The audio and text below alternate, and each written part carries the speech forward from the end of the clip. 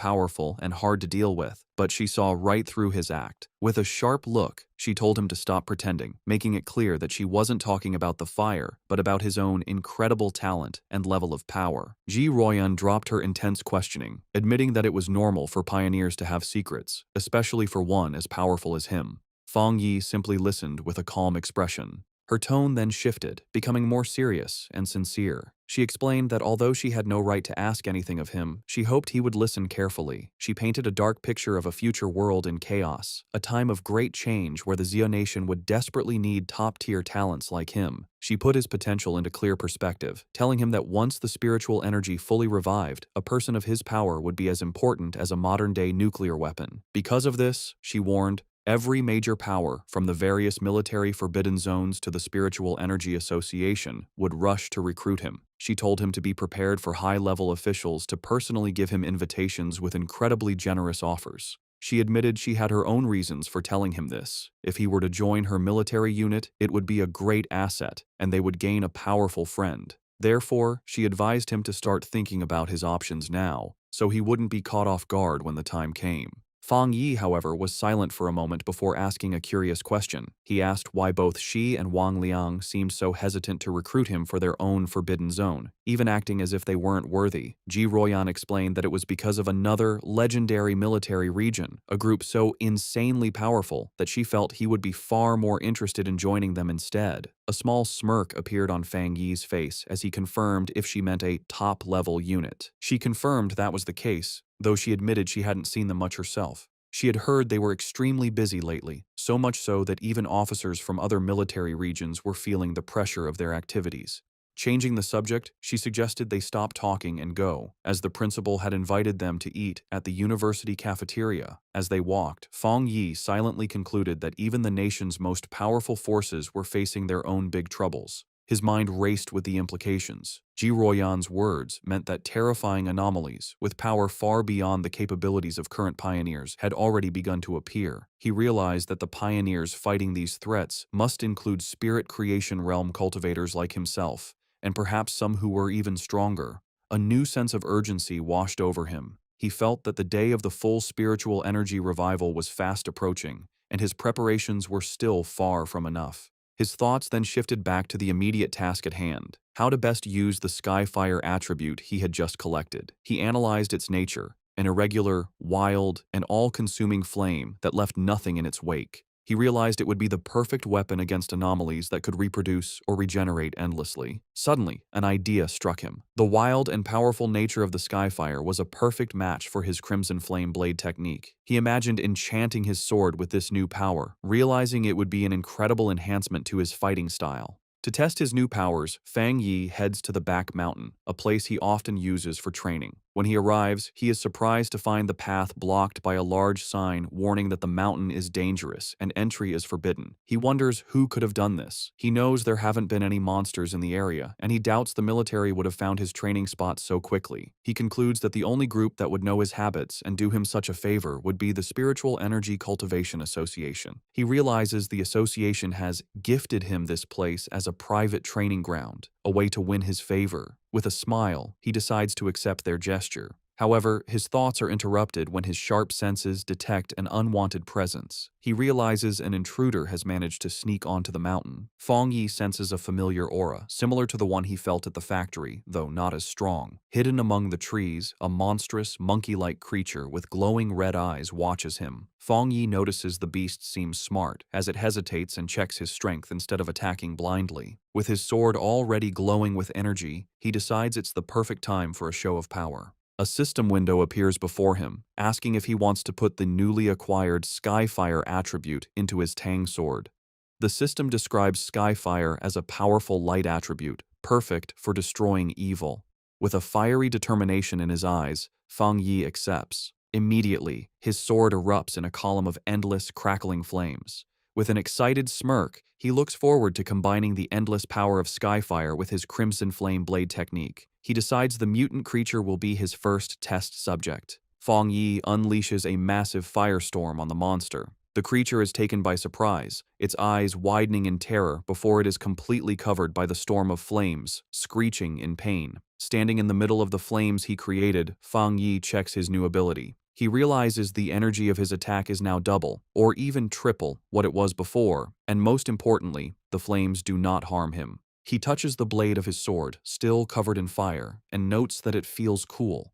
Suddenly, he senses that the creature has survived the attack and is trying to escape. With a determined look, he decides to chase the intruder to see what it's capable of. Meanwhile, deep in the same forest, a young woman with curly red hair is doing a live stream from her phone, mounted on a selfie stick. She tells her viewers that she isn't a liar, but that she has always been incredibly lucky, and that amazing content just seems to find her.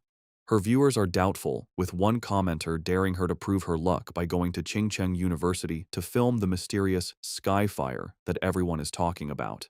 Her confident broadcast is suddenly interrupted as her expression changes to one of pure shock. The monkey-like monster that escaped from Fang Yi leaps out of the woods and attacks her viciously. The force of the attack sends her phone flying, its screen cracking as it hits the ground, but the live stream continues. Through the cracked screen, her viewers see the monster pinning her to the ground, but they think it's just a fake fight with bad special effects. The streamer, however, is in real danger. She cries in terror as the monster holds her down, its paw covering her mouth. The creature opens its massive, fanged mouth, ready to deliver a deadly bite. Before it can strike, a massive blast of fiery energy shaped like a dragon's head hits the monster, sending it flying back. The streamer looks up in shock, saved at the last second.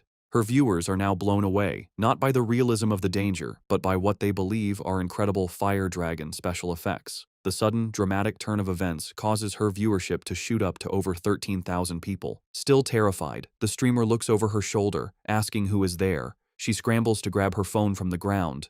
Getting to her feet, she aims the camera at the source of the attack. She stands before a raging fire and shouts to her audience that she has captured it on film, that there is a person standing inside the fire. Her camera captures the silhouette of Fang Yi standing completely unharmed within the flames. In her terrified and amazed mind, she concludes that she has just been rescued by a true immortal. The video of Fang Yi's rescue of the live streamer, Malala, instantly goes viral. It becomes the top trending topic online, with over 13.5 million views. The headlines are dramatic, calling him a mysterious man of skyfire, the king of flames, and an immortal come down to earth to save the world. In an office, Chu Qingli's friend excitedly calls her over to look at the video on her computer screen. She is thrilled, telling Chu Qingli that this proves powerful cultivators are real and that the skyfire at the university was no fake. Chu Qingli, however, is dismissive, telling her friend not to believe such things and that it's all just acting and special effects. But as she looks closer at the screen, her doubtful expression freezes into one of shock and recognition. Her friend, not noticing her reaction, points excitedly at the screen, triumphantly saying she was right and commenting on how handsome the man in the video is, before noticing her friend's stunned silence. Internally, Chu Qingli is in turmoil.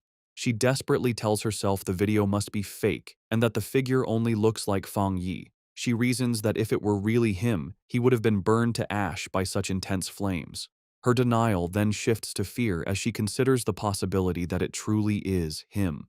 She worries that he might use his new power to get revenge on her for their breakup, but she stubbornly resolves that she will never bow her head to him, no matter what. Elsewhere, the red-haired leader of Lin Yiyi's pioneer squad shows the same video to Yiyi on her phone. The leader asks if the man looks familiar, suggesting he's the same person who saved them from the monstrous vine. Yiyi agrees that he does, and then adds a stunning piece of information. She recently learned that a powerful master who broke through to the spirit creation realm lives in her neighborhood. She begins to wonder if her quiet cousin and this incredible pioneer could possibly be the same person. In yet another location, Zhang Xiaoya and a male pioneer from the lava cave incident also watch the video. The man recognizes Fang Yi's fighting stance and points out how much stronger he has become, while his companion notes that the way he wields his blade is identical, realizing they were incredibly lucky to have had such a powerful figure on their side. The news of Fang Yi's public display of power reaches the highest levels of the nation's two main organizations. Inside a sleek, modern skyscraper, likely the association headquarters, the city's crisis seems to be getting worse, with the current pioneers struggling to keep up. In a high-level meeting room, Su Qingying addresses a group of officials. She informs them that the military has already been in deep communication with Fang Yi, and she expresses her firm belief that he will agree to help them. Meanwhile, in a military command center, Ji Ruoyan, Major Han Li, and other officers discuss the new intelligence. They are astounded by his rapid progress, calling him a monster for reaching the spirit creation realm so quickly. They debate how many high-tier attributes he could possibly possess, with one officer concluding it must be 3 or even more. They agree that trying to intimidate him was foolish, and that their only option is to recruit him. Major Han Li asks if the High Command has decided to approach him personally. Ji Ruoyan confirms they have, but adds that the top brass is still hesitant to humble themselves, as all previous top-tier pioneers have come from within the military's own ranks. Taking charge, Major Han Li outlines their new strategy. He orders his subordinates to find out what new weapons or equipment Fang Yi might need and to provide him with information on suitable training locations as a gesture of goodwill. He also gives a crucial final command. The viral livestream video and all the rumors spreading from it must be properly managed and controlled. The entire spiritual energy circle in the Xia Nation has now turned its attention toward Fang Yi. Both Su Qingying and Ji Ruoyan think about his future. Su Qingying appears concerned about the immense pressure he now faces, while Ji Ruoyan wears a slight, confident smile. Both women, leaders of their respective groups, eagerly await to see what this extraordinary young man will do next. In a quiet hospital room, a heart monitor beeps steadily. A mysterious woman with long purple hair sits by the bedside of an unseen patient, whom she calls her teacher. She speaks softly, telling the patient that the Xia Nation seems to have found a new hope. With the appearance of a person as powerful as Fang Yi, she adds, the chances of her teacher finally waking up have become a little higher. One day later, back at the apartment, Fang Yi is having breakfast and thinking about the previous day's events. He reflects on how the news of his battle in the back mountain went viral, all because a daring live streamer had managed to sneak into the restricted area for views. As he eats, he notes that the video has since been completely removed from the internet and the live streamer's account has been banned, correctly assuming it was the work of the military or the Spiritual Energy Association. His casual thoughts are suddenly interrupted as he realizes something is wrong. His cousin, Lin Yi, never came home the previous night and hasn't sent him any messages. He finds this very unusual, even if she was out on a mission. A feeling of unease grows as he tries to call her, but the call goes directly to an out-of-service message. Now genuinely worried, he knows something must be wrong and decides he has to go find her. Meanwhile, deep in a dark and misty forest, Lin Yi and the red-haired leader of her pioneer squad are lost and trapped. The leader asks Yi if she has any idea how long they've been stuck there. Yi estimates it's been about 10 hours, but she can no longer keep track. The red-haired leader, looking exhausted and bruised, apologizes greatly, blaming herself for dragging Yi into this mess. She admits she thought they were just investigating a strange phenomenon. As she speaks, she clutches her side in pain. Yi tells her to stop apologizing, insisting that it was her own lack of strength that was the problem. She urges her leader to stay alert and save what little energy they have left. As she tries to stay strong, her thoughts drift to the overwhelmingly powerful master she witnessed, wishing she had even a fraction of his power to save them. Their desperate conversation is cut short as a massive, shadowy monster with glowing red eyes and a menacing, spiky form appears in the fog directly behind them. The shadowy monster lunges from the fog, its claws aimed at the red-haired leader. Reacting with incredible speed, Lin Yi shoves her companion out of the way, shouting a warning. She then unleashes a blast of bright blue spiritual energy from her hand, creating a sharp blade of light that cleanly cuts off the attacking creature's head. As they get to their feet, more of these shadowy, zombie-like figures come out of the fog. Yi realizes with horror that these must be the reanimated bodies of other people who were trapped and died in this place. After defeating one of the creatures, which dissolves into a puddle of black mist, Yi explains that the main monster is just playing with them, turning its victims into these strange puppets. The red-haired leader adds that their attacks have no real effect on the mist itself, and their spiritual energy is being drained quickly, all while the real enemy stays hidden. They soon realize they are trapped in some kind of illusion created by the monster, a swirling gray space where the creature seems unbeatable. It is a waiting game. The monster is just letting them get tired. A bead of sweat rolls down the leader's face as the seriousness of their hopeless situation sinks in. Suddenly, the sky above them tears open to reveal a single, massive, blood-red eye staring down at them. The leader screams Yi's name in terror. The eye is a gross, pulsating ball of flesh that begins to bubble and multiply, splitting into numerous smaller, slimy eyeballs. Angry and desperate, the red-haired leader lashes out, furiously chopping at the flying eyeballs and destroying several of them in a frenzy. Yi Yi, however, senses a change in the creature's energy and warns her leader not to be careless, realizing that their enemy is finally losing its patience. The main eye then unleashes a powerful, concentrated blast of red energy. Yi Yi manages to put up a crystal barrier just in time, but the force of the impact is huge. The barrier shatters, and Yi Yi finds herself alone, surrounded by dozens of the glowing red eyes in the heavy darkness. She feels her hope fade, wondering if this is how she is going to die. Trapped in the monster's dark domain, Lin Yi Yi is slowly being eaten by shadowy tendrils. She can no longer hear her leader's voice and realizes they have both been swallowed by the darkness. A wave of regret washes over her as she apologizes to herself for being overconfident, admitting she was wrong to think they could handle such a dangerous mission alone. As she accepts her fate, her mind wanders to the future she will never see, wondering what the world will be like after the full spiritual energy revival. With a final thought of despair, she laments that she will never see the magnificent era to come as she reaches out a hand, sinking into the abyss of glowing red eyes.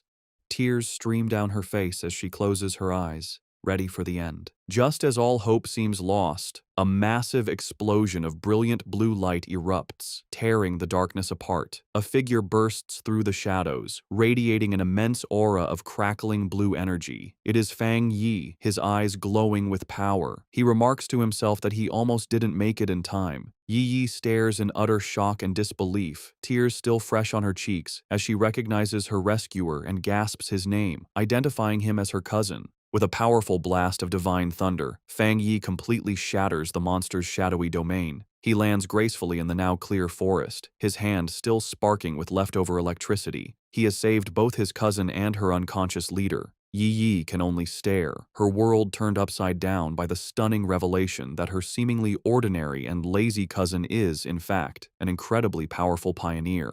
The battle is not over yet. The true form of the anomaly, a grotesque, multi-eyed, fleshy orb, appears from the shadows behind Fang Yi. Yi Yi snaps out of her shock and desperately shouts a warning, telling him that the creature's main body is behind him. Fang Yi, however, is not worried. His hand ignites with the golden red energy of skyfire as a confident smirk spreads across his face. He sees this as the perfect opportunity to test the effect of his new power on a dark attribute creature. He leaps into action, unleashing his Crimson Flame Blade technique. The attack, now strengthened by the inextinguishable power of Skyfire, completely engulfs the monster in a raging fire. The creature lets out a final, agonizing shriek as it is burned by the divine flames. In the aftermath, the red-haired leader slowly regains consciousness. She finds herself and Yi Yi sitting safely on the ground, surrounded by a protective circle of fire. Confused and terrified, she asks Yi Yi if they have died and been dragged to hell along with the monster. Yi Yi, now much calmer, reassures her leader, telling her to look closely and that they are still alive. Still trying to process what has happened, the leader repeats Yi Yi's words in disbelief before asking who saved them. Fang Yi casually walks towards his cousin and her leader, a small smile on his face as the protective flames die down. He tells them the problem is solved and, noticing the time, remarks that they must not have had breakfast yet. The red-haired leader stares at him, her eyes widening in sudden, dawning recognition. She springs to her feet, her expression one of pure excitement and awe. She points at Fang Yi, confirming that he is the one who saved them before in Yanghuo Town from the monstrous death vine. Fang Yi looks slightly surprised, thinking to himself that he was recognized so easily. Lin Yi Yi is completely stunned by this new revelation. She asks her leader if she's saying that the powerful fire attribute master who saved them from the vine was also her cousin. The leader turns to Yi Yi, equally shocked by the connection, and asks how this supermaster could possibly be her cousin, reminding Yi Yi that she had described him as a completely ordinary person. Fang Yi can only scratch the back of his head with an awkward smile. The leader, still buzzing with excitement, grabs Yi Yi's shoulders. She reminds her that this is the same savior who defeated the Desolation Vine with a single, incredible slash. Yi Yi's mind races, trying to connect the dots. She realizes her cousin is indeed the high-level fire user, but she is still confused, as she just witnessed him use an incredibly pure and powerful thunder attribute to destroy the monster's dark mist. Her thoughts spiral as she fully grasps the implications. The immense power of both his fire and thunder abilities means he is a super genius with dual high-grade attributes. Then, another, even more shocking realization hits her as she remembers the immense spiritual disturbance in her neighborhood, the one that signaled a breakthrough to the legendary spirit creation realm. She wonders if that incredible display of power was also her cousin's doing. Tired of the confusion, Fang Yi cuts in and confirms that yes, it was all him. He then changes the subject, asking them about the dark attribute anomaly. He says that they should have known this type of creature was not to be taken lightly, and asks why only the two of them came, and where the rest of their teammates were. The red-haired leader explains that their other teammates were unavailable. One was sick and grounded at home, while another was on a more difficult mission, clarifying that their squad doesn't always operate as a full unit. Yi Yi then admits it was her own fault, confessing that she had become reckless after her recent breakthrough and wrongly believed she could handle the mission alone. Fang Yi listens, his expression thoughtful. He recalls the infighting he witnessed within their team before. He notes that the leader, who had been openly critical of her teammates, is now defending them to an outsider. He sees her loyalty, and he knows his smart cousin has likely sensed the team's instability as well. With his identity now revealed to two people he feels he can trust, he makes a proposition. He turns to his cousin and her friend and asks if they would like to form a team with him. Both women are stunned into silence for a moment before the red-haired leader erupts with joy. She clasps her hands together, overjoyed at the prospect of teaming up with such a powerful master and exclaiming that she is incredibly lucky to benefit from Yi Yi's connection. Yi Yi, however, is having a more profound realization. She understands that a pioneer as powerful as her cousin must have known her secret all along and had been quietly watching over her. The thought that on this difficult and lonely path of cultivation, she has a reliable and powerful family member helping her without asking for anything in return brings her an overwhelming sense of happiness and relief. A single tear of gratitude rolls down her cheek. Wiping it away, she flashes a bright, happy smile and a peace sign at her cousin, thanking him greatly and promising to make him 2 extra eggs for dinner. Just then, Yi Yi's phone buzzes with a notification. She announces that Sister Jiaolan, the mysterious and powerful member of their pioneer group, has just posted a new mission. The message is an alert for a high-risk collection task in a place called the Extreme Dark Zone, which is explicitly stated to be related to the dark attribute. Jiaolan's message ends with a stern warning for everyone to think very carefully before signing up. Fang Yi asks if they know about this zone. Yi Yi explains that it is a border area that is strictly forbidden by the Xia nation. The dark attribute energy there is so overwhelmingly powerful that most pioneers make it a point to avoid the area entirely. She adds that most of the strange anomalies that have been appearing in their city are actually energy leakages from this forbidden zone. Because of the extreme danger, even the government has been unable to explore it deeply, as past attempts have resulted in severe accidents. Intrigued, Fang Yi suggests they should give it a try and asks Yi Yi to message Jiaolan for more specific details about the mission's content. Yi Yi replies that it's useless, as Jiaolan is famously mysterious and rarely says more than a few words at a time. Fang Yi considers this information. He deduces that for Jiaolan to be able to issue a mission in a top-secret government-controlled area, she must either be an incredibly bold rogue going against the authorities, or she holds a high-ranking position within the military or the Spiritual Energy Association. He concludes that the latter is far more likely. Despite her doubts, Yi Yi, using her online handle Feng Heiju, sends a message to Jiaolan, stating her interest in signing up and asking for more details. To both her and the red-haired leader's surprise, Jiaolan replies with uncharacteristic detail. The mission is to collect something called a shizai flower. She warns that while the rewards for this mission are much higher than usual, all the dangers within the extreme dark zone are related to the dark attribute, and the risk level is far greater than anything they have encountered before. She explicitly advises all pioneers to form teams before attempting the mission. The two women are stunned by how thorough her response is, as it's completely out of character for her. A moment later, another, even more direct message from Jiaolan arrives. She warns that the mission could involve an S-level anomaly and that the death rate is extremely high, urging them to reconsider. Then, she adds a final, thinly veiled piece of advice. If you have a strong and reliable pioneer to team up with, it's not too late to sign up. Elsewhere, the mysterious purple-haired woman from the hospital, who is revealed to be Jiaolan, walks down a corridor flanked by guards. She looks at her phone and thinks to herself that she's done all she can. It is now up to that person to decide if they are willing to accept the challenge. Back in the park, Fang Yi smirks, having completely understood the subtext. He tells Yi Yi that Jiaolan's message isn't just a warning, it's a direct and personal invitation. He translates the hidden meaning, I know who you are, I know a pioneer of your caliber would be interested, and I'm daring you to come. Fang Yi realizes with certainty that this entire mission posting was aimed directly at him. Looking out at a vision of the dark and desolate landscape of the extreme dark zone, he finds the prospect interesting and decides he will indeed be making a trip there. Lin Yiyi, using her online name Feng Heju, officially accepts the mission, telling Jiaolan that her team has 3 people. The scene changes to a hospital waiting area, where Jiaolan is walking with 2 female helpers. One of them is worried about the small size of the team that just signed up. Jiaolan, however, is calm and confident. She says that if he is a pioneer that the Xian nation can truly trust, he will come. The helper asks more, worrying about what will happen to the other pioneers if he doesn't show up.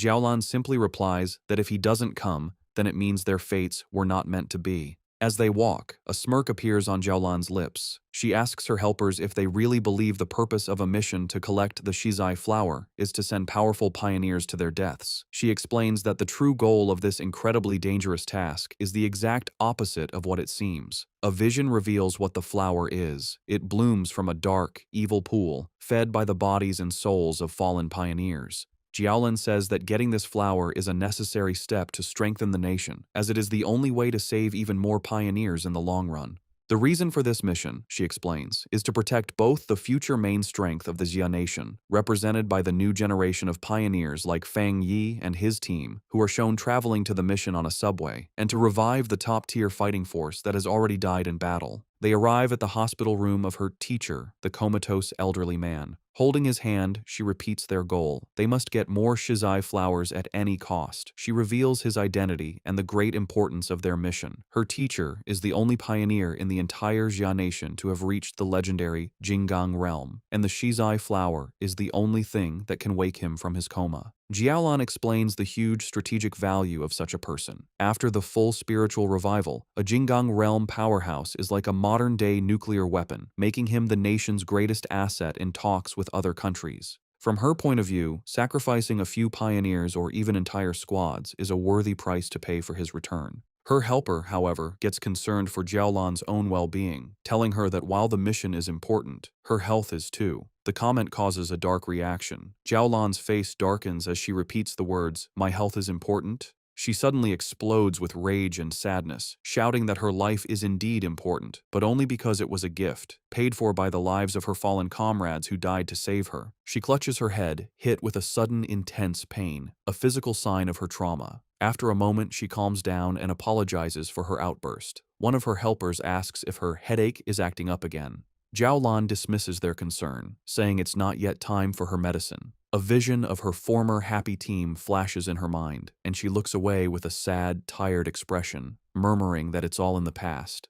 The story flashes back to a traumatic memory from Jiaolan's past. In a dark, empty landscape, a voice screams for the sword-wielding squad to leave immediately. A younger Jiaolan kneels among the bodies of her fallen comrades as her dying captain tells her the mission to get the Shizai flower is now in her hands. As she trembles in despair, thinking of her teacher and her country, she realizes the extreme dark zone is a truly unforgiving place. She screams in protest, refusing to leave her captain. In his final moments, the captain places his hand on hers, transferring his spiritual energy to her. He tells her he hopes their powers will be of use to her and pleads with her to make it back alive. Back in the present, Jiaolan stands in the hospital, thinking about that tragic day. She reveals the bitter irony of her team's sacrifice. They gave her their power, but they didn't know that a Shizai flower is useless if it is touched by blood or not picked perfectly whole, meaning their mission failed even as they saved her life. Later, after a long journey, Fang Yi's new team arrives at the empty outskirts of the extreme dark zone.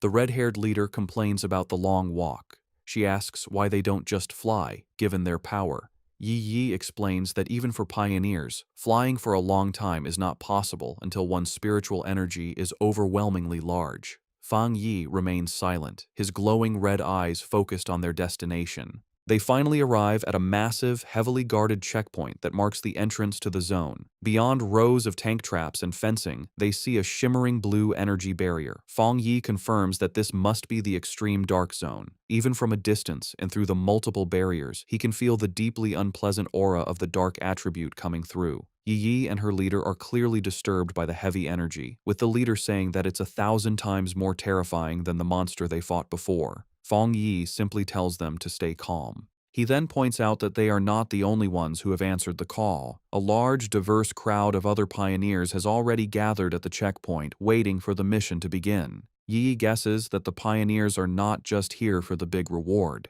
She explains that the dark attribute is known to be very difficult to deal with, ruthless, and naturally hostile to humans. However, with the increasing number of violent dark attribute monsters appearing in the cities, pioneers have realized they can no longer afford to ignore the source of the problem. Many have come here to face the threat directly and find a way to fight back. The red-haired leader agrees with her logic, and Fang Yi looks on with a slight smile, impressed by his cousin's sharp mind. The scene shows the various wild pioneers, each with unique gear and styles, all waiting for the gates to open. As they wait, Fang Yi explains his reason for taking on such a dangerous mission.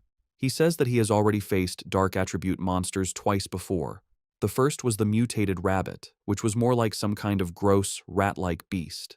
The second was the serpent and its rat-like partner, Candle Knight, a smart pair that worked together to lure and trap pioneers, a mission that nearly wiped out an entire squad from the Spiritual Energy Association. He explains that the most important detail, as his cousin Yiji correctly pointed out, is that these creatures seem to be cleverly and purposely bypassing the military defenses at the city's borders. He suspects they are using some unknown method to get into urban areas, and these incidents have happened so often that they can no longer be ignored.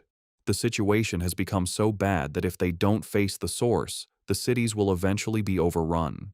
Therefore, he concludes, they have no choice but to go to the extreme dark zone. At the checkpoint, a military officer watches as Su Qingying briefs a group of pioneers before the energy barrier. She stands with a grim and serious expression, ready for the dangerous mission ahead. Her focus is broken when she spots a familiar group approaching. She is completely shocked to see Fang Yi walking up with Lin Yi and the red-haired leader. Her green-haired subordinate, Zhang Xiaoya, is equally surprised and calls out to her, but Su Qingying is frozen, covering her mouth in a panic. She silently prays that the great master won't notice her in the crowd, but her hopes are crushed when Fang Yi looks directly at her, a questioning look on his face as he calls out her name, identifying her as Captain Su. Resigned, Su Qingying walks over with her cloaked squad members, having already received military information about Fang Yi's team. The red-haired leader, always mischievous, sizes up the beautiful silver-haired girl and asks Fang Yi if this is Yi's sister-in-law, a teasing term for a potential girlfriend. The suggestion sends both Yi and Su Qingying into a panic. Su Qingying blushes and waves her arms, exclaiming what a huge misunderstanding it is. Fang Yi calmly clarifies that she is not, explaining that she is Captain Su from the Spiritual Energy Association who helps him out with miscellaneous tasks. This explanation, however, only seems to make Su Qingying more flustered, as she finds the description even more annoying than the romantic idea. Their conversation is interrupted by a loud, arrogant voice. An imposing older man in heavy red armor with two other armored pioneers steps forward and calls them a bunch of shameless brats.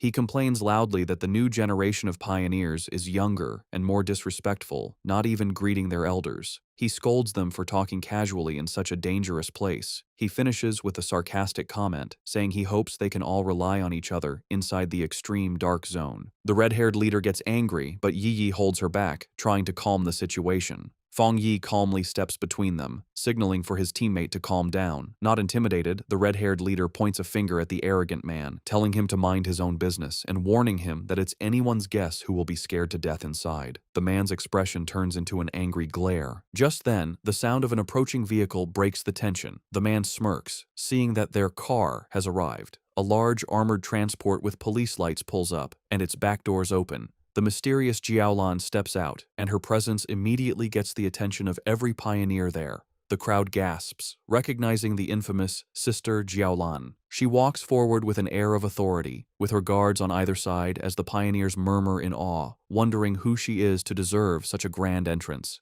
Fang Yi watches her approach and figures out her purpose. She is the one who will open the gate for them. Jiaolan stands before the massive, crackling blue energy barrier. She raises her hand, gathering a swirl of pure energy until a glowing blue symbol forms in her palm. With a powerful push, she shoves the symbol forward, and the huge energy barrier tears open, revealing a dark path into the Forbidden Zone. With the gate now open, the S-Class mission has officially begun.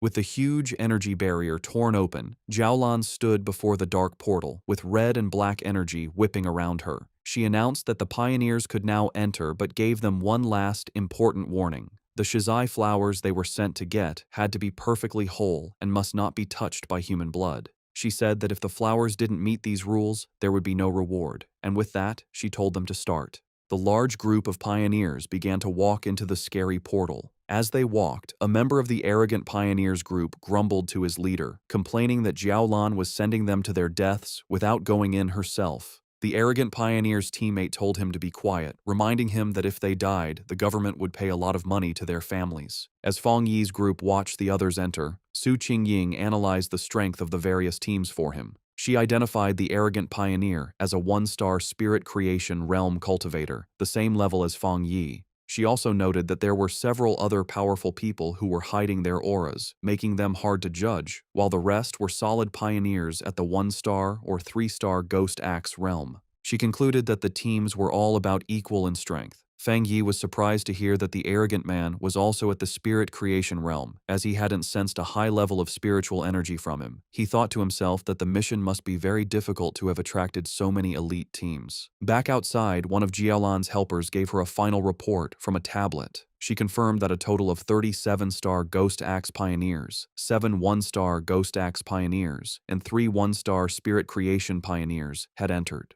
The mission involved monsters ranging from B level to S level in danger. Jiaolan calmly told her helper to get the monitoring equipment ready, assuring her that she was prepared. Inside the portal, the pioneers found themselves in a deserted, dark, and misty place filled with dead trees. As Fang Yi's group stepped into the extreme dark zone, they were immediately surrounded by shadowy black tendrils of energy. Fang Yi warned everyone to stay close, explaining that the overwhelming dark attribute in the area would block their vision and that they could easily get separated and lost. His warning was followed by the red-haired leader suddenly kneeling over, feeling sick. She apologized, saying she couldn't stop herself from throwing up. Su Qingying calmly went to her side and told her it was a normal reaction. She explained that the terrible smell was a mix of rotting bodies and brain fluid, a scent that most people couldn't handle. She then pointed to another group of pioneers in the distance who were also on the ground, vomiting from the bad air, showing that even those of similar strength were affected. Su Qingying continued to explain that the dark attribute was a natural counter to pioneers, acting as a form of pollution that weakened them. She also warned that the monsters in this zone were extremely active. Fang Yi listened closely as she explained the known threats. She explained the official monster classifications. B-level monsters were a threat to pioneers of the same level. A-level monsters were powerful enough to attract spirit creation realm cultivators, like the extreme dark zone itself. And S-level monsters were disaster-class threats, powerful enough to challenge even those at the legendary Jingong realm. However, she added a final grim warning. The dark attribute in this zone acted as a power-up for the creatures. A monster that would normally be a B-level threat would be at least an A-level threat inside this zone. The red-haired leader expressed her surprise at this new information. Lin Yiyi, worried, asked Su Qingying if she and her team were unaffected by the pollution. Su Qingying chuckled, explaining that she was not affected because she and her team were used to dealing with similar monsters and were not bothered by the smell. She also revealed that she had recently broken through to the 3-star Ghost Axe realm and was working hard to evolve her water attribute into an ice attribute. Lin Yi then spoke up, addressing Su Qingying. She noted that since they were both at the same level, she wondered if she also felt her spiritual energy being heavily suppressed, even more so than during her previous missions. Su Qingying confirmed her suspicion, adding a grim warning that many high-level masters, including 1-star spirit creation military elites, had died in this zone, so they needed to be extremely careful. As they went deeper into the deserted landscape, Su Qingying took the lead. She saw that they could no longer see the group ahead of them and urged her team to move a little faster. She then gave an important instruction. They should all speak less to save their physical strength and concentrate their spiritual energy to prevent the heavy dark mist from taking advantage of any weakness. As he walked, Fang Yi thought about his own condition. He was surprised that he didn't feel the same severe discomfort as the others. He concluded that it was likely because his enhanced yang and thunder attributes naturally pushed back the dark attribute, or perhaps his spiritual power had simply become stronger after his breakthrough to the spirit creation realm. Elsewhere in the zone, the arrogant pioneer and his team were in a fierce battle. With a powerful slash of his glowing green sword, the leader easily cut off the head of a monstrous beast. He laughed arrogantly, mocking the zone's dangers. His teammates cheered him on as he declared that they would be the ones to get the Shizai flower, vowing to show the younger generation what true strength looked like. Back with Fang Yi's group, Lin Yi was still struggling with nausea, making small, gagging sounds. Fang Yi noticed her distress and thought to himself that despite her power, she was still just a child. He gently placed a hand on her back, sending a comforting wave of spiritual energy through her. The effect was immediate. Lin Yi felt the nausea and the chilling cold vanish, replaced by a comforting warmth like the winter sun. She marveled at the incredible power of the spirit creation realm. She commented on the comforting warmth of what she believed to be a rare, high-grade fire attribute. She thought about how her own wood attribute slowly absorbs energy and how Su Qingying had mentioned her own water attribute turning into the rare ice attribute. Fang Yi corrected her, clarifying that it wasn't a fire attribute, but the yang attribute. He apologized for not explaining it to her before, and casually revealed that he was the one responsible for both the incident at the North Gate and the fire on the playground at Qingcheng University. The red-haired leader was shocked by this confession. She asked in disbelief if he was admitting to having 3 different high-grade attributes. Fang Yi explained that the 2 fire-related events were not the same, noting there were small but important differences between the Yang and Skyfire attributes. Inwardly, Fang Yi thought about his 4th power, the Desolation attribute. He decided to keep it a secret, believing it was always wise to have a hidden advantage. Outwardly, he gave a vague confirmation to his team's amazed questions. The red-haired leader, shivering from the heavy cold, nervously approached Fang Yi. She explained that she had not yet reached the 3-star Ghost Axe realm and couldn't sense attributes very well, but she knew his Yang attribute could help her. Promising to behave, she shyly asked if he could warm her up as well. Fang Yi agreed to warm her for the day and placed a hand on her shoulder, sending a comforting wave of energy through her that made her yelp in surprise. As she breathed out a visible puff of warm air, sighing in relief, Zhang Xiaoya and the other member of Su Qingying's squad looked on in confusion. Seeing how well it worked, Fang Yi kindly offered the same to Su Qingying's team. After a moment's hesitation, Su Qingying admitted that the warmth felt nice, and her 2 enthusiastic subordinates eagerly accepted the offer. With a series of quick pats, Fang Yi shared his protective yang energy with the 3 women, who all expressed their surprise and gratitude for the comforting warmth. Their brief moment of comfort was shattered by the sound of heavy, clawed footsteps crunching on the dead ground nearby. Fang Yi's expression instantly hardened as his senses picked up the threat, and he warned the group that a monster was approaching. Suddenly, a massive, shadowy wolf-like creature lunged from the mist. Su Qingying reacted instantly, leaping forward and creating a long blade of blue energy to stop the attack. The beast landed with a thud directly behind the terrified red-haired leader, causing Fang Yi to shout a warning to her.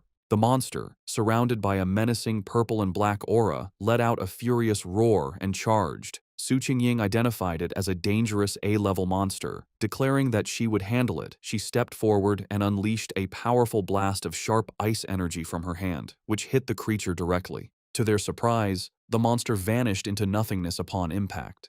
Su Qingying stood ready, an ice crystal forming in her hand, as Lin Yi wondered aloud if it had disappeared. However, Fang Yi saw the truth behind the attack. His sharp eyes pierced through the mist, revealing that the monster had been a distraction. The real threat was a massive horde of zombie-like figures with glowing red eyes, walking silently toward them. He shouted a desperate warning for everyone to watch their feet, but it was too late. The ground beneath them erupted in a mass of shadowy hands and tendrils, trapping the entire group as the zombie horde closed in from all sides. Surrounded by the grabbing zombie horde, Fang Yi calmly told his companions to get back as he drew his sword. His eyes lit up with a brilliant, fiery light, and he unleashed a massive, explosive wave of pure fire. The entire horde was instantly burned by the inferno, their shadowy forms dissolving into the flames as they shrieked in pain. Standing among the dying embers, Fang Yi casually twirled his sword, announcing that they were safe for the moment. He explained that despite the illusion of a large crowd, there had only been 2 monsters controlling the puppets.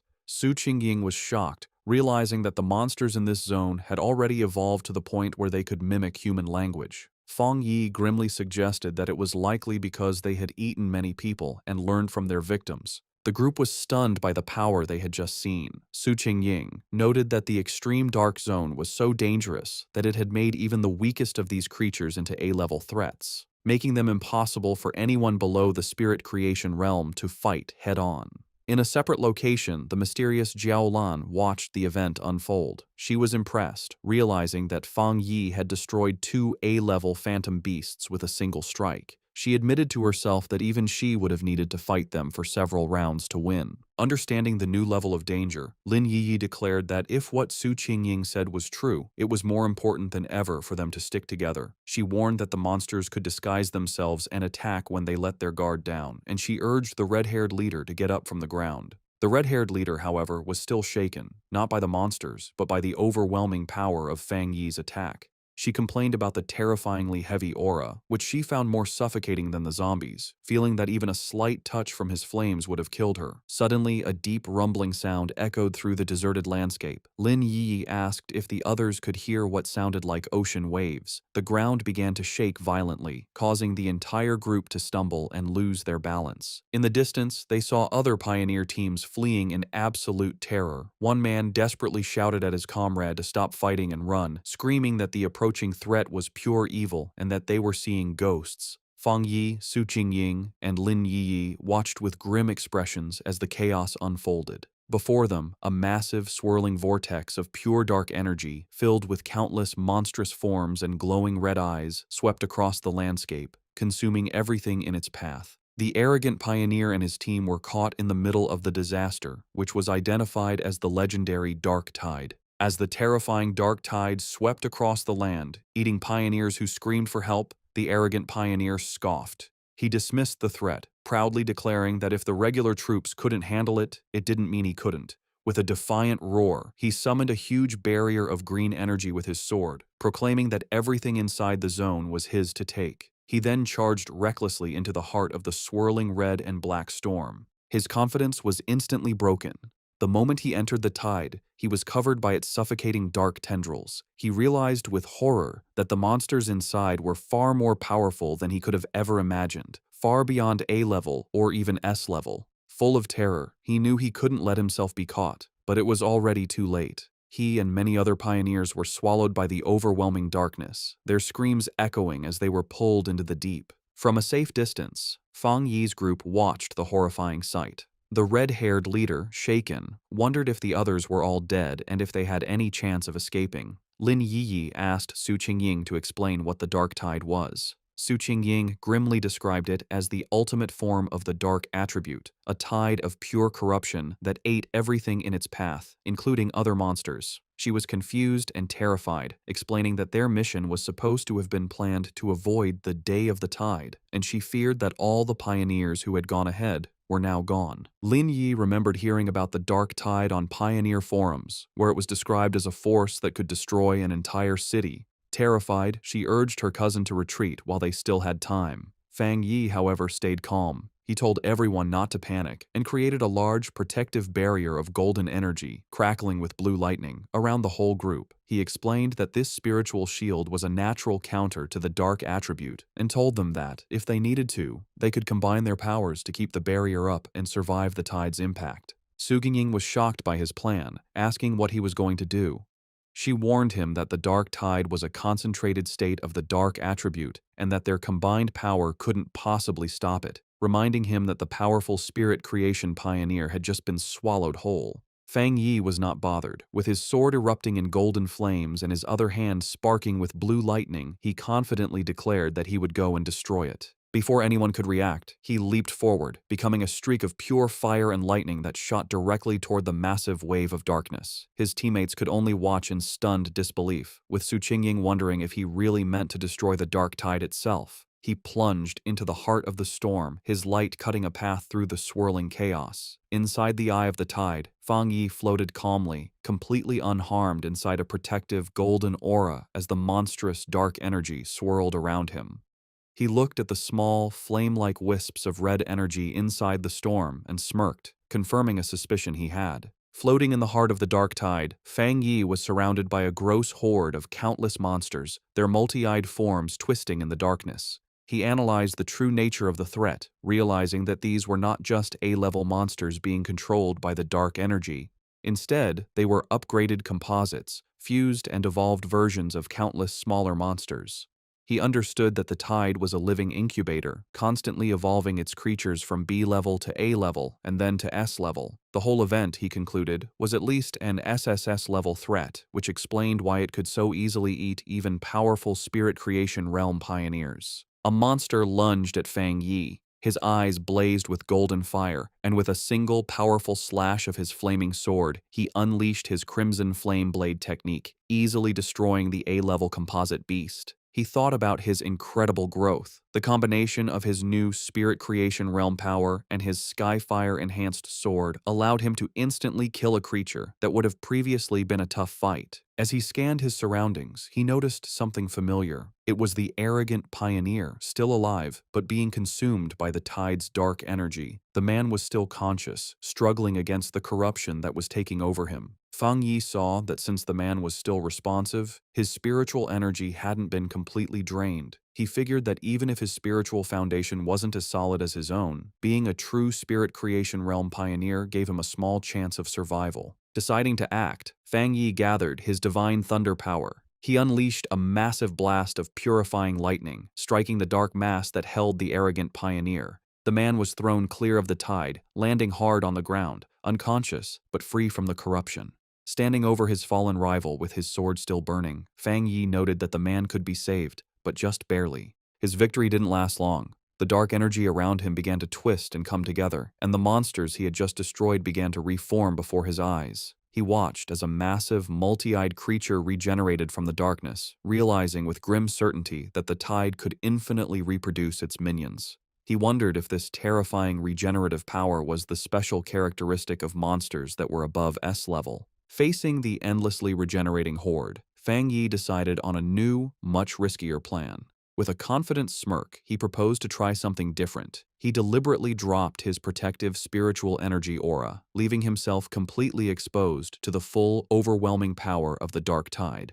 The moment he was unprotected, his system activated, detecting the extreme dark attribute. However, it quickly reported a failure. The attribute's power was too special and could not be taken at this time. Fang Yi was disappointed but not entirely surprised.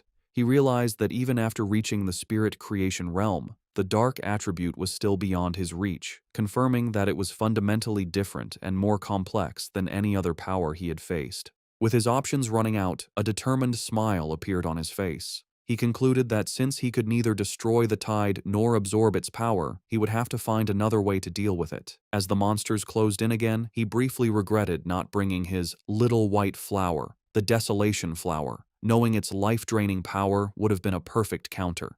He wondered what other options he had left. Then, his eyes widened with a sudden realization. He knew he had a ready-made solution right in front of him. Outside the tide, the rest of the team watched from the safety of their golden barrier. The red-haired leader, still shaken, asked Su Qingying if she had ever seen such a situation before, but Su Qingying could only admit that she hadn't. Suddenly, the chaotic, swirling energy of the dark tide grew unnervingly still, pressing silently against their protective shield. The strange calm only increased the tension. Lin Yi was terrified, admitting that even when they faced the monstrous desolation vine, she hadn't felt so anxious. She was consumed with worry for her cousin, fearing the worst. Su Qingying tried to reassure her, pointing out that his protective barrier was still active, just flickering. She took Yi's hands, telling her they should focus their own spiritual energy to help strengthen the shield. She added with grim logic that if a pioneer as powerful as Fang Yi were to fall, their own fates would be sealed anyway. Su Xingying continued to boost their morale, reminding them that Fang Yi was a spirit creation realm cultivator who used several powerful attributes, and she suspected his true strength was even greater than they knew. She told them that it was not up to pioneers at their level to worry about rescuing someone so far beyond them. Her surprisingly humorous and confident words managed to calm Lin Yi, who thanked her. Su Xingying simply smiled, admitting that her own teammates often said she was too serious, and asked if Yi felt a little better. Their tense weight was shattered as a massive column of pure fire erupted from within the dark tide, pushing back the oppressive darkness. From the heart of the inferno, Fang Yi unleashed his ultimate technique, the 9 dragons, Skyfire sealing art. He rose from the flames, his body glowing with a mixture of blue and golden energy. Outside, his teammates watched in absolute awe. The red-haired leader excitedly pointed him out to a stunned Lin Yi, while Su Qingying stared in disbelief at the sheer scale of the power on display. The technique appeared as 9 colossal, fiery dragons that swirled and danced, their combined light completely overwhelming the dark tide. Elsewhere, the mysterious Jiaolan, who had been monitoring the mission, was thrown off balance by the immense spiritual pressure. She recognized the power as the legendary Skyfire attribute and the technique as a powerful seal. She watched in utter disbelief as the 9 dragons came together, compressing the entire, city-destroying dark tide into a single, unstable orb of fiery energy, questioning if he had truly managed to seal the entire event. But Fang Yi was not finished. Having contained the tide, he gathered his divine thunder power in his hands, unleashing it in a massive vortex of crackling blue energy that swirled around the sealed fiery sphere. With a powerful roar, he invoked the name of his combined technique, the 9 Dragons' Edict. The 2 immense powers of fire and thunder crashed together, creating a massive explosion that shook the very foundations of the extreme dark zone. With a final, decisive command to seal, Fang Yi brought his hands together, forcing the chaotic energy to collapse in on itself. The vortex of fire and lightning compressed into a smaller, more stable sphere, finally settling into a small, brightly glowing orb of perfectly contained, pulsating power. After Fang Yi's incredible display of power, the arrogant pioneer lies unconscious on the ground. Fang Yi thinks that, for now, they are safe, and that he has unexpectedly rescued someone, wondering what he should do with him. Lin Yi runs to her cousin, very relieved that he is okay. Su Qingying, standing by the fallen pioneer, offers to have her team take care of the unconscious man. Later, Su Qingying approaches Fang Yi, asking why he does not seem happy after successfully sealing such a high-level dark attribute. In her mind, however, she is completely amazed, thinking that he truly kept his word to destroy the dark tide and that he is a truly incredible person. Fang Yi explains to the group that they must move quickly. He says that the seal he used is only temporary and that the overwhelming dark attribute energy in the area is still strong. They must hurry to find the Shizai flower before the seal wears off. Su Qingying understands and confirms that her team will take the man back to the association for treatment while her teammates carry the unconscious pioneer on their shoulders. The group stops at a cliff, looking out over the empty landscape. Su Qingying realizes that none of the other pioneers who went ahead made it out, sadly concluding that they were all eaten by the dark attribute, as not a single trace of them remains. The red-haired leader mourns how people who were alive just moments ago have completely vanished. Fang Yi, for his part, thinks that maybe he is cold-blooded, but he feels relieved that he didn't have to watch them die. As they approach a scary dark pool, Fang Yi takes command. He tells Lin Yi and the others to go ahead with Su Qingying's team, explaining that this pool is now the most dangerous thing and it's better for him to stay behind to protect them. The group agrees and moves forward. When he is left alone, standing on a rocky ledge, a system window appears before Fang Yi, telling him that it has detected a new, strong fluctuation of the dark attribute. Immediately, a powerful vortex of purple and black energy erupts from the ground around him. The system confirms that the detection was successful and announces that it is activating its ultimate computing power to begin writing a new technique. Fang Yi is lifted into the air, his arms outstretched, as huge pillars of pure dark energy rise around him. The system declares that the writing process has been successful, and Fang Yi's eyes snap open, now glowing with a menacing purple light, filled with the essence of the power he has just mastered. A system window confirms his new acquisition. He has obtained the Dark Attribute technique, the limitless dark world. The system explains that this ability allows him to create a sealed space of dark mist, inside which spiritual energy is massively weakened. Fang Yi thinks about his new power, recognizing the dark world as a special domain he can control. He understands the huge strategic advantage this gives him. The corrosive effect of his new power will drain his enemies' spiritual energy and slow their ability to refill it. He imagines himself rising over a sea of desperate hands. He realizes that if he combines this new weakening effect with his other powerful attributes, he will become even more formidable, confidently concluding that he could destroy even a monster stranger and more powerful than the dark tide itself if it were to appear again.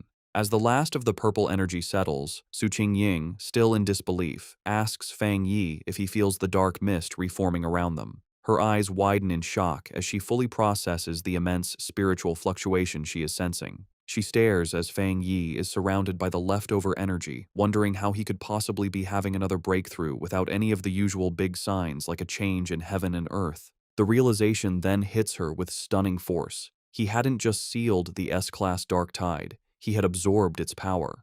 She finds the very idea ridiculous and unbelievable.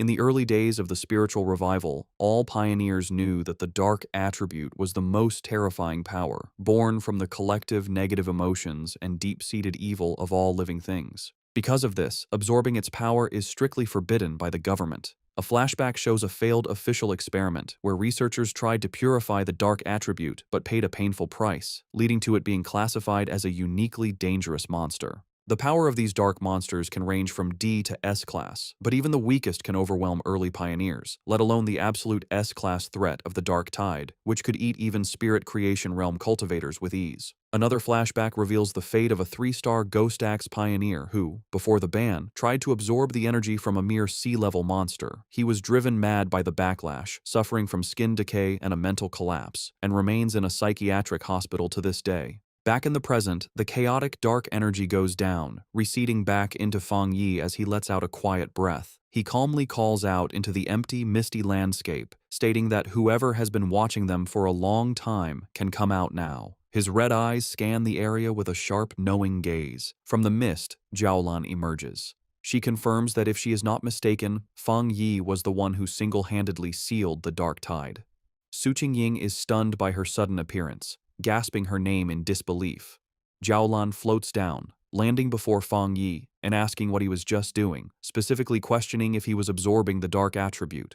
Fang Yi calmly confirms that he was. The directed mission sends another wave of shock through Su Qingying. In a swift and shocking motion, Jiaolan draws a pistol and aims it directly at Fang Yi's head. The red-haired leader shouts Jiaolan's name, demanding to know what she is doing, while she and a terrified Lin Yi can only watch in confusion and fear. Su Qingying immediately leaps into action, placing herself between Jiaolan and Fang Yi and blocking the gun with her arm. She confronts Jiaolan fiercely, reminding her that if she recalls correctly, Fang Yi is the military's highest priority recruitment target. She then challenges Jiaolan, pointing out that the association had also wanted to recruit him before the military intercepted him, and demands to know the meaning of this hostile action. Ignoring Su Qingying's defense, Fang Yi calmly places a hand on her shoulder and addresses Jiaolan directly. He finds it strange, asking if their mission wasn't to find the Shizai flower. He points out that while she seems eager to complete the mission, she also appears very unhappy that they did not die there. Jiaolan remains silent, her expression unreadable as she continues to aim her weapon, the light glinting off the barrel. The red-haired leader, however, is not so calm.